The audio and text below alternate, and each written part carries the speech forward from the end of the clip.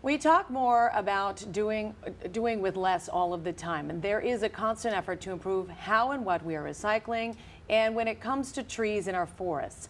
Few right now are doing what is happening right here in the heart of our city, and we are talking today about this as the U.S. Forest Service Products Lab next week is cutting the ribbon on a new $1.7 million nanocellulose pilot plant. It is one of the lead researchers in the nation on this is joining us today.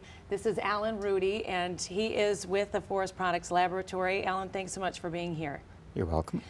Let's talk about, first of all, this facility that the grand opening is happening on next week. This is really the only facility like it in the country. It's a $1.7 million pilot plant. It's the only place in the country where we can produce larger quantities of these materials. They're very high-strength materials. People are looking at them for things like ballistic glass. They're also looking at them for microelectronics and as clear films for computer displays. Okay, and I know this is how I led into your segment here, talking about some of the recycling that's going on with wood products, wood byproducts.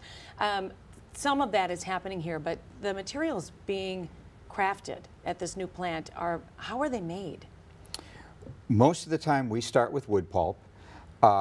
It's called hydrolyze. We remove about half of the material, and what's left is nanoscale material, and it gives us these very strong fibers, and it gives us things that are colorless and can give us clear films.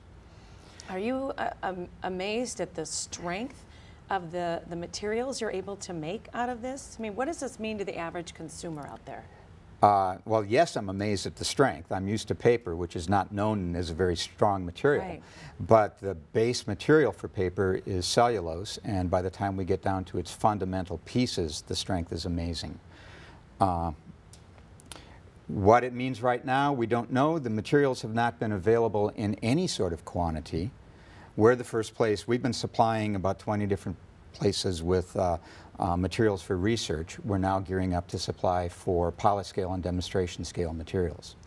And what will this mean for the economy here and job creation? I know there's a lot of talk about what this could mean right now. Well, what I'm looking at it is to try to help out the paper industry, which has been a hurting industry, but there's hundreds of thousands of jobs that could be produced by these. There are applications in potentially vehicle bodies, in airplanes. Unbelievable. The interest with Detroit with the vehicle bodies is to produce lighter weight cars so they would require less fuel and still have the same performance of cars we have today. Okay, we're going to have to wrap, but we're going to have to keep a close eye on this. This is amazing. Again, the ribbon cutting is next week.